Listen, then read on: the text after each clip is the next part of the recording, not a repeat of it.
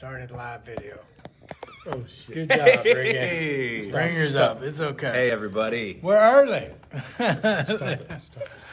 It's all right. We're live. It's early. It's okay. 4 minutes. It's all right.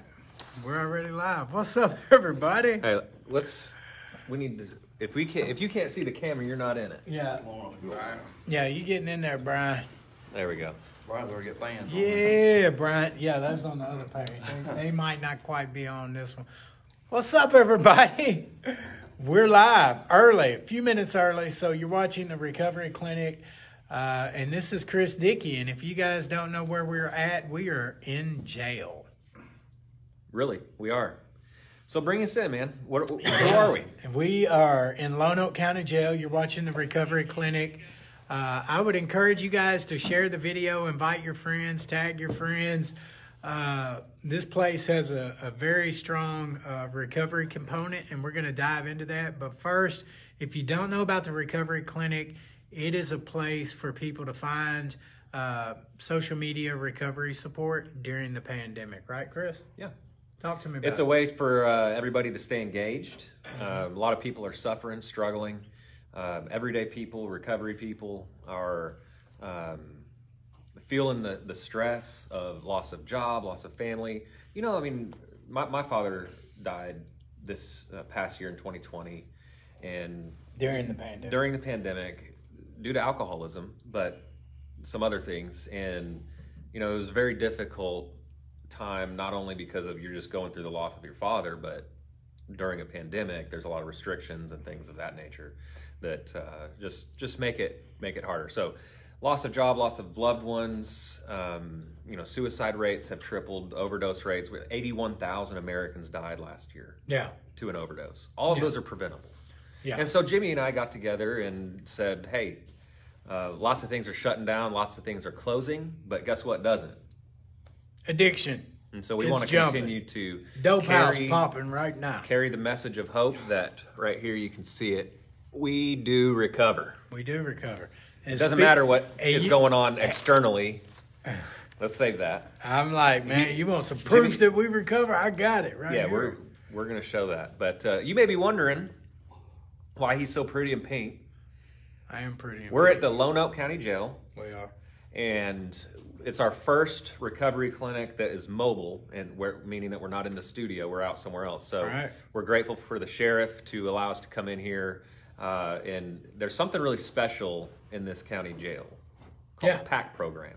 Yeah. Pact Project. Why don't you tell us what that is, and then we'll introduce these guys behind us. Yeah, so the Pact Project is Peers Achieving Collaborative Treatment. And so that's a state initiative between the Sheriff's Office and the state of Arkansas to offer a recovery program inside of the jail, right? Like, because it became evident that if you lock someone up for a drug-induced crime or some type of crime that revolves around addiction, and you don't address the core problem, then we got an even bigger problem, right? It's catch and release. It's like fishing. You catch and release. Door. Yeah, that's it. And so in an effort to meet that need and fill in that service gap, the state of Arkansas and the Lonoke County Sheriff's Department, Sheriff John Staley, we collaboratively developed the Pact Project, which utilizes people in long-term recovery to facilitate recovery to specific inmates with SUD, substance use disorder. And so that's unheard of. It changed the way the criminal justice system viewed recovery. Talk to me about the success of these programs. So currently this program is at about a 64% success rate. If you go through... What's recidivism without anything? What? Like what if someone leaves without any kind of treatment or recovery support? 56% in the state of Arkansas. Yeah. So well, now it's more than that. Now because But you've lowered that with the success of this program substantially. Right. So the guys that we picked for this program, they were in and out of jail over a 3-year period, substantial amount of time, right? Like had they stayed true to that timeline, they would have been rearrested and recidivated within the first few weeks out. They were usually reoffended or was picked back up by Sheriff Staley or his deputies within 3 to 6 weeks. That's a very short time frame. What we've got at this point is, even if they are not completely abstinent-based recovery, they're still free, they're working, they're productive, they're successful men in society. Yeah. So there's different success indicators. I mean, Yeah. you know, a lot of the recovery community will try to define it based on abstinence and, you know, your recovery date. Yeah. But if you're not doing some other things that were harmful, those are also equally attributed to success. So Absolutely. You got to look at a bunch of different things. I'm dying to talk to these guys. Talk to them. But I want to say one thing. Some of our viewers may not know this, Jimmy, but this was the last place you got high. This jail right here. This jail right here. We're on our way out here, and I've never been out here, and it's you know it's in the country, in I would say the middle of nowhere. And Jimmy, I'm like, you like to be in the center of attention. How would you get locked up out here? And he said, I made a wrong turn. Made a wrong turn, yeah. Kind of like that old thing. You But know, really, you it's a come right back- turn. You come to Arkansas on vacation, you leave on probation. Y'all know this. But it's really a right turn because you got introduced to John Staley out here. Yeah, I mean, that wasn't necessarily a good thing in the beginning. No, it wasn't. He's a very, how do you say, coarse sheriff. Correct. That's the politically correct term. Like, he is a no-nonsense sheriff. Yeah, but you're walking around life, you know. I'm living my best life. Yeah, okay. Living your best life, but Now. no one talks to you like that. Yeah. And that yeah, was needed. I had never been That's talked what to broke like the dam to get inside the wall that Jimmy had built. Yeah, there's 2 people that have talked to me that way. You married one of I them. married one of them. So, the sheriff is so check this out. So Jimmy takes the wrong turn. Yeah, high. Seven. Well, that's you know. that's to be assumed. Well, I had been up for so long. I'm so discombobulated, right? Like my body shut down. Yeah. And He passes out, falls asleep, gets woken up by a K-9 unit, and says, you know, the guy's just doing a welfare check on you, asking if you're okay. yeah, like And they then had you get they mad. had been, and it was Officer Davis, and I'll never forget him. He saved my life. He really, for whatever God put on his heart that day, he could have charged me. Oh, yeah.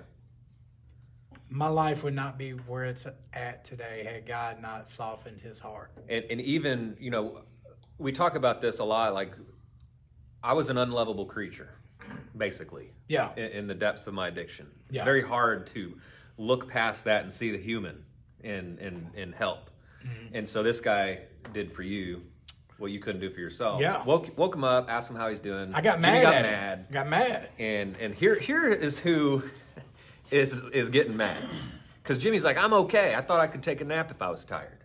Right? Yeah. Here's who was arguing with the officer. That's Jimmy's mugshot.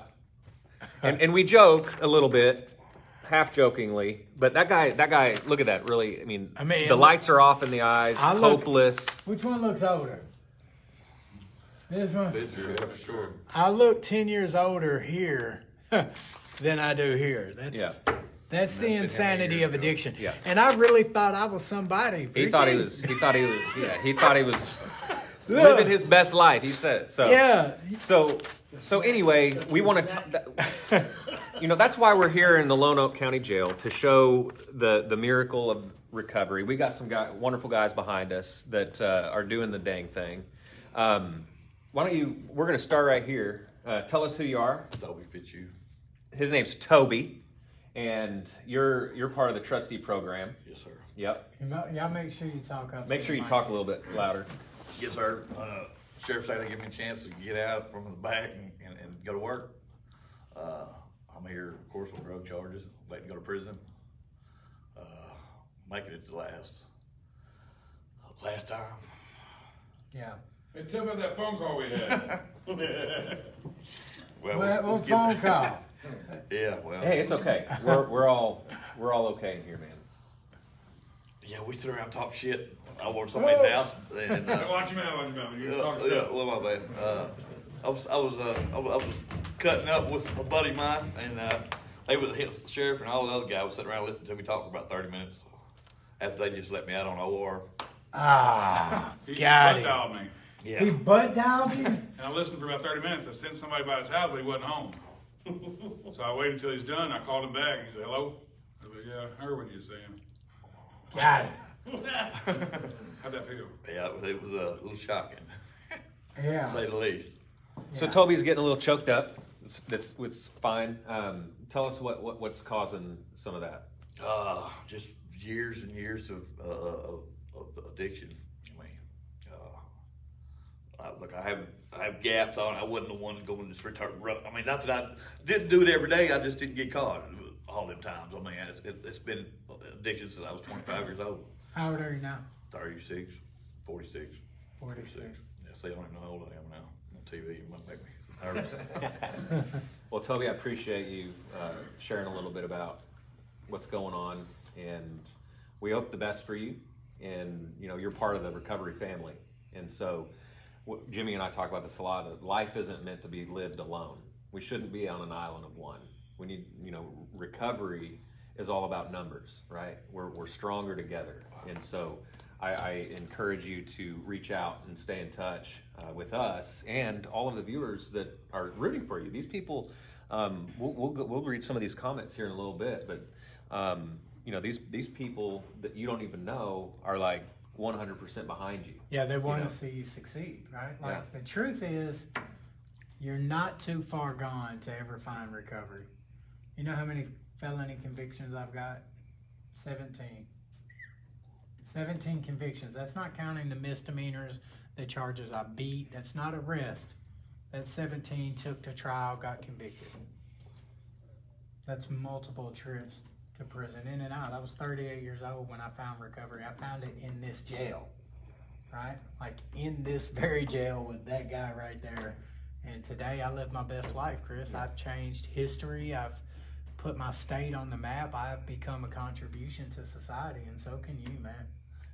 Our past doesn't equal our future. Yeah, and addiction's not a death sentence. And at 46, you have a chance to, like Jimmy and I and a lot of other people in recovery, to get rid of some of those feelings you carry, that heavy weight.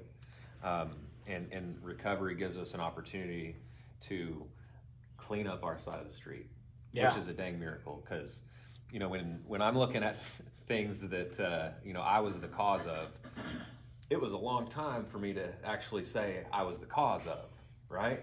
I mean, I spent a lot of time. I mean, I'm in pictures drinking and driving and denying it, to my mom. I don't drink. You know what I mean? Like, I'm in a dang picture. I was holding it for somebody? Yeah, I was holding it for somebody. I mean, you gotta be quick on your feet. Yeah. So, anyway, you know Brian, right? I do. We're going to the back. Wave at him, Brian. I'm Brian, recovering addict. My life has been, since I was a kid, I was taught to manufacture methamphetamines by my dad. I was raised with Jimmy. I've been in and out of prison. I've been to prison 3 times. Is that state and fed? State and feds. Yeah. Fed first time, state the second 2 times. I always blamed it on this one told on me. Or if that cop, if they hadn't just constantly been bothering me or watching me or, but what I really need to realize is that I'm the problem. I'm the problem. Yeah. And I got to take care of me before I can help anyone else. And this time, I've got an 8-year-old that I wasn't bonded with, but the minute I get here, she writes me letters. Be careful in jail. Are you all right in jail? I've got a kid that's autistic, that's 10, and she's quick to swipe the never mind button when I call. But the 8-year-old sits beside her from the time she gets home from school till I call every night. And grabs that phone and answers it. And that's what matters. All the friends that I done drugs with, sold drugs, bought drugs, none of them has sent me a penny. But the 8-year-old is 100% beside me and my wife and my family, and that's what matters. But I got to fix me first. If you're on drugs, all I can say is get some help, and these guys will provide it to you. All you got to do is contact them. They're here 100% to help. I plan on joining up with them. It's awesome. You not only have an 8-year-old and a wife behind you, but you've got the whole recovery community. There's 20 million people in America that are in recovery, and we're all in this together. Yeah. I promise you, I can guarantee that, because I'm sitting here telling you right now that I'm on your side. I'm pulling for you. We can't get over this alone. We can't get through it alone. And like you said, one of the things that I used to struggle with working through addiction and finding recovery was I wanted to go around it, under it, over it if I could. But the hard part is going through it. It's hard to face this stuff. Yeah. It really is. But I've got guys like Jimmy, I've got guys like you, and all of our viewers, people in recovery, that have that support, that are I just can't tell you how much that means when I've got people that are saying, Chris, I'm proud of you. I'm proud of you for showing up and doing the best you can, because I'm my worst enemy. I will take a hammer to me anytime. If we're talking about offenses, lock me up for the way I've treated myself, because there's been some abusive things that I've done. Yeah, if anybody else ever treated me as bad as I treated myself, I'd kill them. Serious, the way we talk to ourselves. And so when I say our past doesn't equal our future, there's some simple things that we can do each day that are positive, because my mind's like a hard drive, right? And all those negative behaviors that I was engaged in created a negative space, like, I don't care, 1 TB of negative information, and I can't hear your positive information because it's too jammed up. So each day I do something positive and something good for myself in recovery and others. I rewrite that hard drive. That's the cool thing about a hard drive, is you can rewrite the information. Wow, Lisa. And so that's really cool stuff. Thank you, Brian, for sharing that. Thank you. You got lots of friends on here. Yeah. that are supporting you. So Brian's dad and my dad, for you guys watching, his dad, Buddy Lenz, and my daddy was Thomas McGill, and they were pretty much best friends. They were inseparable for decades. They went to prison together. They were arrested together. And so Brian's a couple of years older than I am, but from the time we were 14 and 16 years old, we were in the grip of full-fledged addiction. Like the lifestyle, we were raised in that atmosphere of manufacturing drugs and violence, and everybody was hustling off of everybody. Mm-hmm. Like it's surviving. It's imagine an atmosphere of an outlaw movie, and that's what you've got. Like by the time we were 14 years old, we were surrounded by prostitutes and gun runners. It was like we were living in Sons of Anarchy. Our after school, well, I quit going to school in 8th grade, but I remember us being in the beer joints, hanging out at the Southern Grill and the Hideaway, and the other kids. Did you know you were going to see Brian today? No. You didn't? No. I gotta let you guys know that was not a wrong turn. Right, yeah. Not a wrong turn. We're talking about a lot of seemingly wrong turns today. Yeah. But ending up being miracles. God's in the details. Yeah, man, it's that's wild. So, what's your name? My name's Lee Howe. Lee Howe, right? Yes, sir. You were when Brian was talking, you were getting a little choked up. What's going on, man? I know a little bit about him, and I know where he's coming from. Also, I have a son that's slightly autistic, and I ain't been in his life for the last 6 years. So. Yeah. But you are actually in the Pact program. Yes, sir, I am. Talk to us about how that's impacted your life. Last year I came in here in September, and I was sentenced to SSP, which is a supervised sanction program. And I didn't want to go, so I just kind of blew it off like, it ain't nothing. I did it, got out. Same day I got out, I went, instead of going to the halfway house, I called up some of our people. They came and got me. I was going to run immediately. Started using drugs again. I'm going to interrupt just 1 second, because I know our viewers can't relate to getting out with a plan to do something right with the best of intentions and then call up the other people. You guys can't relate to that, can you? I know you can. Anyway, that's something that everybody in this room's done. Great. And so after about 9 months of running, hiding, doing this, selling drugs, I got arrested on October 31st, Halloween night. And to me, it wasn't an arrest, it was a rescue. Because I've talked to my nephew, which is David Dillon. He works here for the Lonoke County Sheriff's Department, and I asked him to ask the sheriff if I could get into the Pact program. And the sheriff allowed me to come to the Pact program. So that's your clean date? Yep. Oh! I've always wanted to say I got clean on Halloween, but God had different. I mean, you try to pick a clean date. Try to pick one. Yeah. I got arrested about 9 o'clock that night. I was high. I had about 14 grams of methamphetamines on me. I tried to run from the police. That didn't work. I'm very thankful that they did catch me. You know, because God set me down for a reason. Yeah. Was it rough when you got caught? Oh yeah, it was rough. Okay, good. This way, you don't want to run from the Lonoke County Sheriff's Department. Especially when they've been looking for you for 9 months. Yeah. Especially when they know who you are. Anyway, my whole life has been in and out of jail. I started when I was, I think it was 19, when I first got arrested. Went to prison by the time I was 21.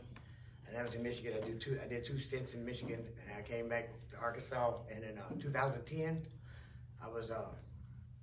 I got caught up delivering some methamphetamines. I had 1 charge already pending on me, and probably about 4 months after that, I was still going to court on that. And this dude ran up on me in the dark, and I kicked him, hit him, and slapped him with my pistol, and I shot him in his mouth. And that changed my whole life. You think? Yeah. I mean, I still wake up at night thinking about stuff like that. Man, I could have took that dude's life. Yeah. Excuse me. Hey, Lee, we're all here, man. I know. And this is allowed. You know, we spend so much time, you know, not letting our tears come forward because we think it's a weakness, but it's not. I know. And we feel like sometimes things are falling apart when we really let go of things. But what I've always said is that, you know, when I see you doing this, I see you falling together. I see you letting us. Thank you for sharing some of that. That's heavy stuff, and I appreciate you for sharing that with me, so I can carry some of that with you. My addiction follows him with like when I get depressed or if I lose somebody. I lost my mom, my dad, and my brother all within like 13 months. You know, I mean, I did clean up at one time. I was going to church, had my own business. I lost my mom. Everything went downhill. So, and that was the beginning of my second term. We're going to the first time I went to prison here. It was all because I let everything go. You know, I felt like I was lost. And the depression, man, I tried to numb my pain. And then I come to realize, and it took me a while to realize this, but all I'm doing is making things worse when I go out and get high. Yeah. A lot worse. But you're getting ready to, you're 51 now. But you're getting ready to take 12 antidepressants. The 12 steps. Yeah, the 12 steps. There's 12 antidepressants right there. And you're doing that. That's on your own. And I got some people behind me now that's going to help me, support me, you know, that's going to believe in me, you know, 'cause that's a lot too. Because when you get out, nobody believes in you. Everybody look at you like you're a different person. The reality of it is you haven't given anyone a reason to believe in you. Right. You know, and here's it. I'm the problem. Like you said, I'm the problem. Well, this is it in a nutshell. Right. You want a life you never knew you could have, you got to do some things you've never done to get that. Right. If you do that you've always done, you're going to get what you've always got. Like I walked out of this jail 6 years ago. If I stay clean another 32 days, I'll have 6 years clean. 32 days, if it's God's will that I don't put one in me. You know what I mean? And dude, I get it. Like this is what we know. In and out of jails, and this is nothing. It's what we know. Like we go to jail like they go on vacation. I was taken out of the country, which is Lonoke. I was born here in this state. I was born in Dickie, but I was raised in Lonoke. I was taken out of Lonoke, put into a big city up in Michigan. And then I learned to live the street life. Once I started learning to live the street life, it all started going from there. Now you're doing it different though. You're working on short-term, long-term goals. Yes, something I've never done before. Well, a lot of people don't. Now we got to execute it. Execute that plan. People go through life without a plan, and they just bounce around like a pinball. That's what we were doing. And now you're building a plan. I do know one thing, is that no matter how much recovery you get, if you don't want it right here, you ain't ever gonna get it. That's a fact. You gotta have it right here, and I got it right here. Recovery is for people who want No it. offense, Sheriff, I'm tired of seeing you, and I've never seen you outside of that one time you came and got me off of Moon Road. Yep. I've never seen you before outside of jail. That's right. You know, and I'd like to see you outside of jail on a free basis where I can hold my head high. That's right.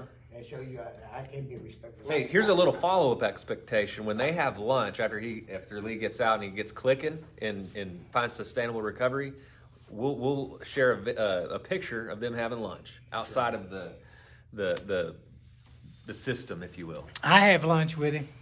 Hey, to add to that, there's lots of folks on this Facebook. People don't like our Thug Thursdays. Right. We don't do this just to embarrass you. Right. We do this to let people know what's going on in our community, and maybe it'll pick you up. Maybe you don't want to be on that. Right. The Felony Fridays. The people need to know what we're doing. Right. And I'm going to hold you down if I need to hold you down. But at the same time, I'm going to try to pick you up. Mm-hmm. I'm not perfect. None of us are perfect. Like I asked you earlier about the second chance program. That's right. You know, I need somebody to believe in me. That's right. To help me believe in myself. We're working, what he's talking about, that second chance. We've got two. One didn't go to prison, but he was involved in drugs. He's a recovering addict. Yes. You're always going to be recovering, I guess. I don't know about how that works, but he's now reserve deputy doing transports. But the other one is a big habitual, Brandon Sawyer. A lot of people on here know him. He's doing great, but he's working for us. He's getting paid. He's doing maintenance on our cars. And that's our goal, is putting you guys to this program. Don't think, when I first met Jimmy McGill, you guys are getting emotional. I got emotional in there because there's 3 dudes about my same age that I took as trustees, and I trusted them. And that almost ended our trustees because they picked up dope off the floor and they ate it. And one of them in that room stood up when he should have shut up. Well, 2 of them did. And I was emotional because I want to see people do better. I don't do this to be rich. I don't do this for the money. But a lot of folks on this, from us dealing with dogs, I get death threats about dogs. People blame me, and I'll take the credit for arresting him. Zach back there, I take credit for doing that. We're getting ready to come up with that story. We're going to hear that. But Zach, you know, I'm all about that. I'm rough. Jimmy said it best. Coarse, is that a good word? He said I think that's a politically correct term to not throw you under the bus. Corey Melton. Corey Melton's on there. I seen him on there. Corey Rough like a Brillo. But it's really nice. What I learned, my lesson, been in law enforcement about 20 years now, it comes around full circle. Those that hate me will come back and say thank you. Because I'm not doing this to hurt you. That's what I'm saying. So I don't do this to harm anybody. We do this to open your eyes. Toby? Yes, sir. That boy listened to that conversation for 30 minutes. I was about as red as a fire truck. I reached down, pushed the end, he called right back. He's like, man. Sure, Staley. But It was just getting good. He wanted to listen to the rest of it. I love every one of you guys and ladies that need recovery, that want recovery. But you said it best, you've got to want it. I tell you what, I used to preach. I can't help you unless you want help. Exactly. But I've learned. We've evolved. I can't just keep pushing you down. There's a saying that you say all the time. It says, it's easy to do what's wrong, but it's hard to do what's right. Do what's right. Know what's easy. Yep. The easy choices come fast. Fast, yeah. So you guys know, if you've been, talking about your addiction, it's so easy just to give away, let go, and just It never helps. go to a different world, I guess. It ain't never fixed anything. There's no I'm problem tired of living out of the that I've ever backpack had that a and- drink didn't and, make worse. Yeah, you're right there. But at the time, you thought it was going to. Yeah. It took you None away of from the feeling, that. but it's always still there when Yeah. you come down or whatever. It took you It away never from fixed that. anything. I can think of all kinds of reasons why I'd go ahead and hit the pipe again, but it ain't. Most important thing in my world is my kiddos. I miss mine. I cannot imagine ever returning to the pain and paranoia from everyday drug use. Like, That's just and especially for us, our population, like, and there are certain degrees of the population of recovery. Like for us, when we use, we start seeing messages in the door panels. You know what I mean? finding hidden messages in the foil by the way it's creased, and the shower panes have different tones on them, and I'm thinking Brian's communicating with old girl, and I'm just glad they don't He have is. VCRs anymore. right, and like it's, You know he is. that's the type of insanity. I don't mean that textbook stuff that folks say you do the same thing, you get different results. Shut up. I'm talking about true insanity. Like the second I get high, I am in a psychosis. I start finding messages in the different colors of this panel. FBI's on their way. No, it's not that. It's not the police that we wig out about. It's you and the people I'm around and how you're all communicating with each other, and I'm the agenda. Hey, I'm just glad. That's the insanity of the addiction. Yeah, it's I'm self-centered. just glad they stopped making VCRs so you can quit taking them apart, Jimmy. Yeah, let me fix your brand new iPhone, Ricky, with this butter knife. Hey, so we got Zach back here. Wait for the camera, Zach. There he is. How y'all doing? Oh, So Zach was in the Pact Project Yes, sir. and got out and is back part of the trustee program. But we like the story.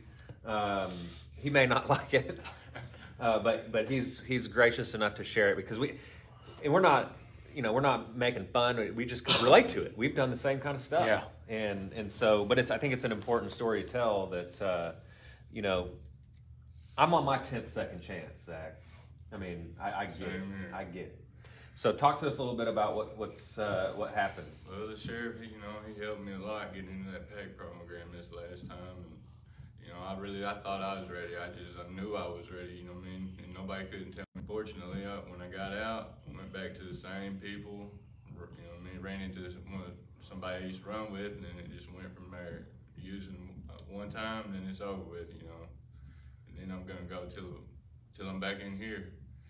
And unfortunately, it led to me getting more charges with a damn BB gun, He barricaded himself in the house. I thought I was ready for my life to end,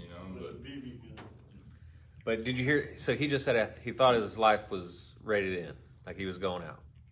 But we're grateful that we're getting to talk to him today, and that he's still here, because the only way you lose is if you give up. And as long as you've got breath in your lungs, there's hope. Yeah. There's no failures when it comes to recovery. The only mistake we can make is give up and not come back. Everything else is a lesson or a blessing. It's what you do with it in between that matters. We appreciate you sharing that, Zach. I know it's not easy to share because it feels like you failed. Right. So A lot of people down. what's the plan? What's one thing that we're gonna do different when we get out this time? What are you gonna do different? That's my question. Zach, you started. Definitely stay away from the old people, places, and things. Ain't How that are- what how are that's- you? That's Now, my now, number one. now, hang on, Chris, because that's the exact thing I heard him say when he left the Pact Project.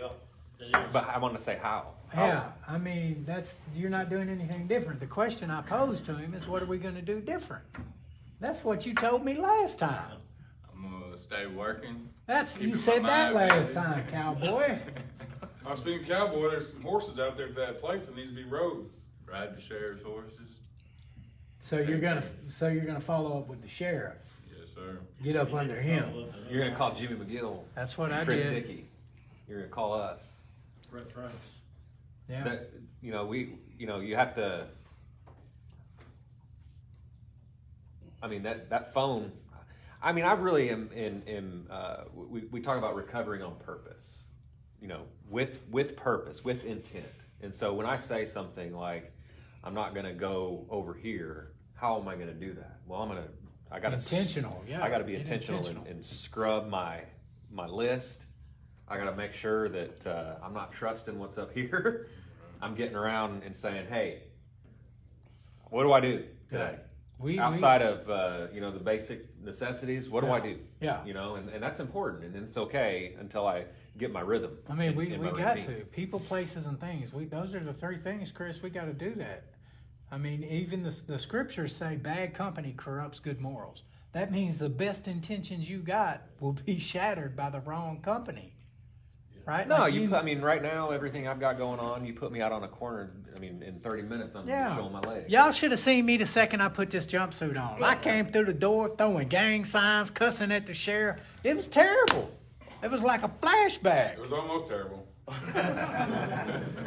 That's a little fabricated. It wasn't quite as bad as I made it out to be, but immediately my swag changed. Like my walk was a little different. My chest stood up a little straighter because I knew, back in a realm that I was familiar with, man. Hey, also, these guys, you know, we've got all our viewers. If you want to give them a message of hope or just something, a comment, please drop it right now. We're going to go back before the show's over and read these, read whatever you're saying to them. Here's one. Brian Hamaker said, "Tell the sheriff and Toby I said hi, please." Yeah. See, there's lots of guys. I preach about this is, you know, a lot of these guys that come in our jail say they're my cousin.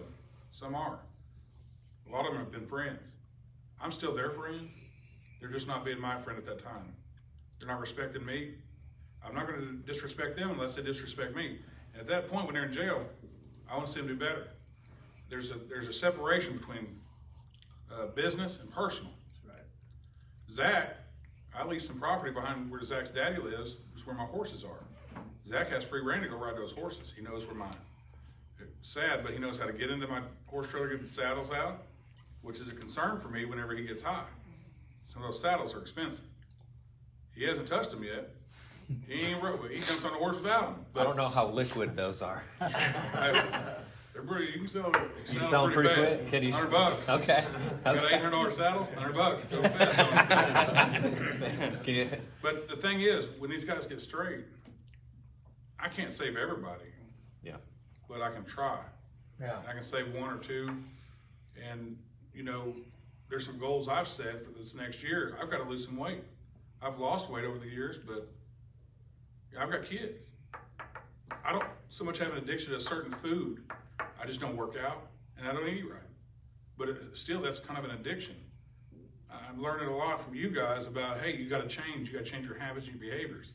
You got to you don't have to find 30 minutes. You got to take that 30 minutes. You can watch 4 30-minute TV shows, or you can drive to Texarkana. You can get a lot done in 2 hours. That's right.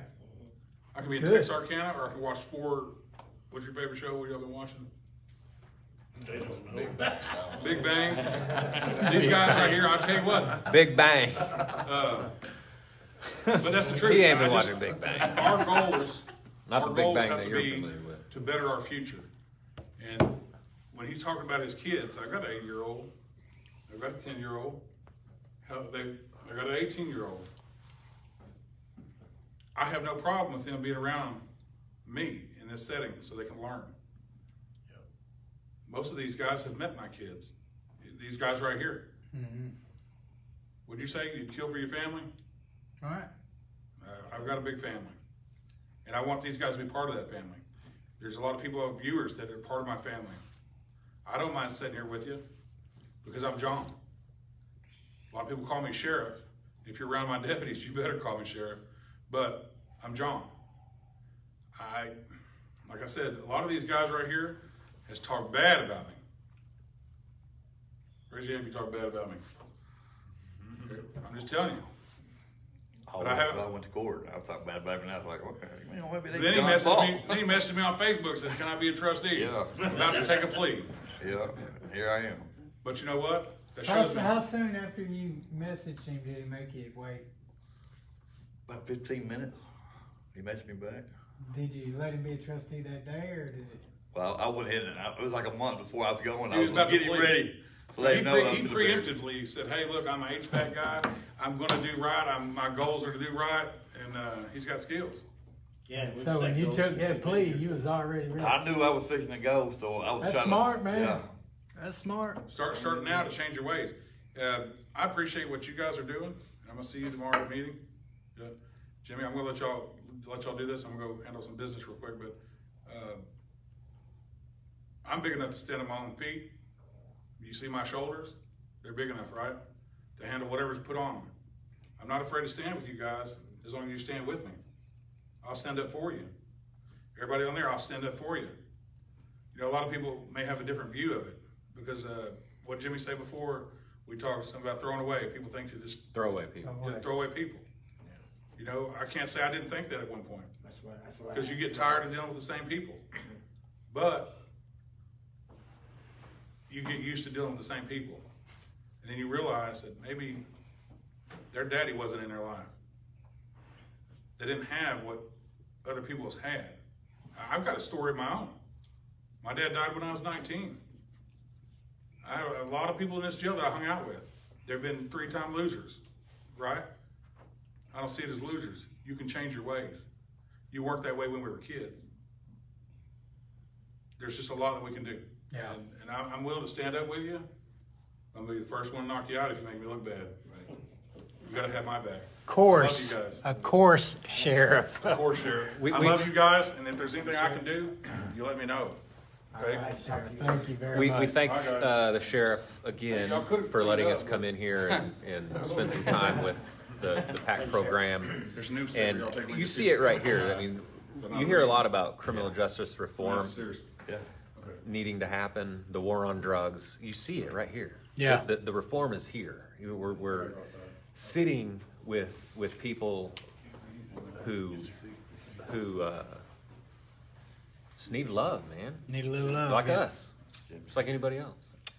Thanks, Sarah. Sometimes we get stuck and we do things that we're not proud of, and we find ourselves in a dark place. Yeah. But we can make it out. We can get out. Yeah. I'd like to say something. Everybody, this guy just jumped on the show, no invite, and he wants to say something. He just says out loud, like I'm sitting in here in a monologue, and this guy comes in. That's Brett, man. That is Brett Franks. Who is Brett with the Pact program? What's his relationship with the Pact program? He is the peer recovery support specialist for the jail, which means he is a person in long-term recovery, and he's a person who has successfully re-entered society himself. So he's got his own testimony. The qualifications you just read off for him to be employed at the jail do not include a criminal justice degree, law enforcement experience, No. and a whole host of other things. No, it requires successful recovery from addiction.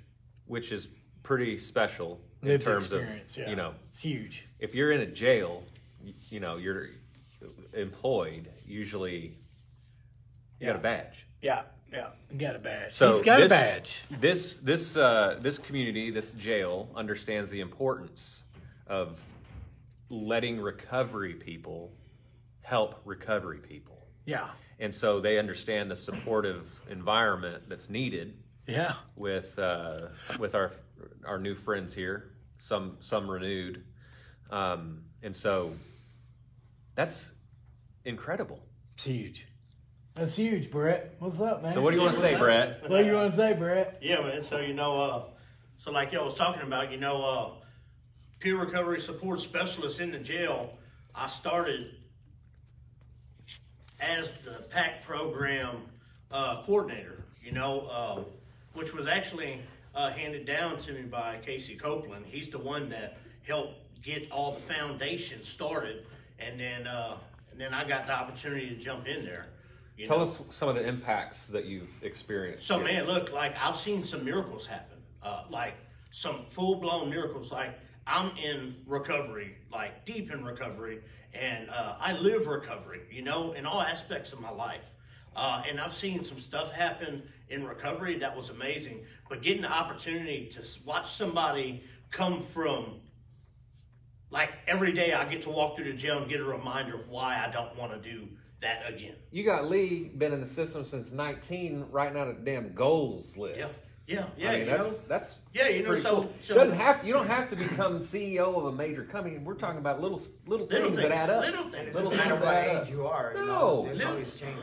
Things that a person would have never thought. Go. But you see, here's the deal, right? So he's not just writing down goals, right? He's writing down achievable goals, right? So that there's a trick to that Smart goals goals. thing. Smart goal you want to write down the goals that you need, that you know that you can apply, so that when you reach these short-term goals, each little one is a victory, and it makes you feel so much better. And on top of that, he gets the opportunity to do that himself. right? He'd say, hey, I wrote this down, and I achieved that. Now, I will be there to walk through it with him through thick and thin, no matter what he goes through. That's my job. That's my love. That's my life. Phone call away. Phone call away. No matter what, no matter when. And when I say no matter when, 24/7 is the truth. You call me 2 o'clock in the morning, you're struggling, I will come pick you up and meet up with you. I don't drink coffee, but I'll sit with you while you drink your cup of coffee until you're okay. That's the truth. That's what I mean. That's the type of dude he is. But I got one problem with that. What kind of recovering person don't drink coffee? That's un-American. We need to do an investigation. Yeah, hey, he may not be in recovery if he don't drink coffee. Hey, is there a detective in this building? We need to investigate. Guarantee you there is. there got is. Some cuffs. We need to put him in a holding cell. And then closing, before we close real quick, that's the new part of the recovery program at this jail. We took a peer recovery specialist and we paired them with a drug enforcement officer, and they go out to overdoses together. And so while the law enforcement officer is working on the overdose section, the peer recovery specialist begins, if the person survived, the peer starts trying to get them access to treatment. If the person was not a survivor of the overdose, the peer begins working with the family, getting the family connected to grieving resources.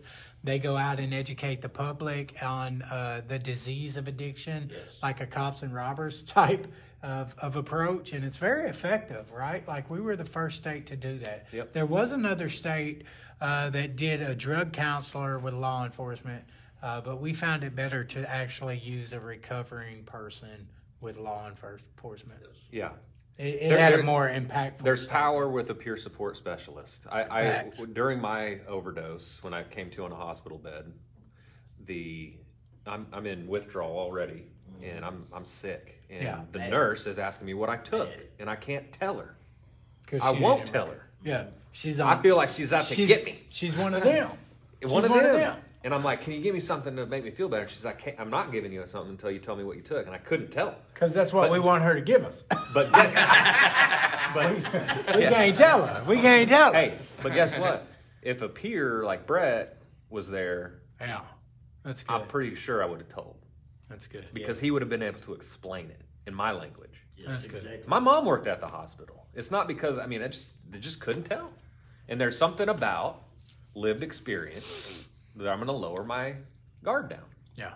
So that's what's happening here in the Lonoke County Jail with people who are coming in seeking the relief from addiction. They may not know they got it. Yeah, well, they don't. And so when the peer can sit down with them and explain what's been going on, this is a medical condition that can be treated. Yeah, addiction. You know, there's some behavioral problems. I say problem. There's some behavioral patterns that come that we can correct and get in we can find the things that we've always wanted with our life before addiction hijacked it. Yeah. Well, Chris, and like our friend Lee said, it doesn't matter how old you are. If there's breath in your lungs, there's hope. That's right. And we can change. We do recover. Dude, you're preaching to the choir. There may be someone out there that's they're still on the fence. Yeah. Hey, so I want to say something to everybody out there. If you're in Lonoke County or anywhere in the state of Arkansas and you're struggling and don't know what to do, you can look up Lonoke County Sheriff's Office, make a phone call, and ask to speak to Brett Franks at any time. I have resources, I have flyers, I have pamphlets, and I would be willing to come to you no matter where you are and help you out. I can get you connected with recovery. All you have to do is want it. There you go. Well, I don't know about you, Chris, but I'm chomping at the bit to get out of this pink. Hey, consider this. Our debt is paid in full. Kirk Lane. We put the pinks on just for you. Shout out to the drug director's office. Yep. It's over. In all truthfulness, we appreciate the support from the drug director and his office to allow us to have this platform. Yeah. In the way we do. So. Yeah, absolutely. He arrested me and Brian both. Didn't Kirk Lane get you one?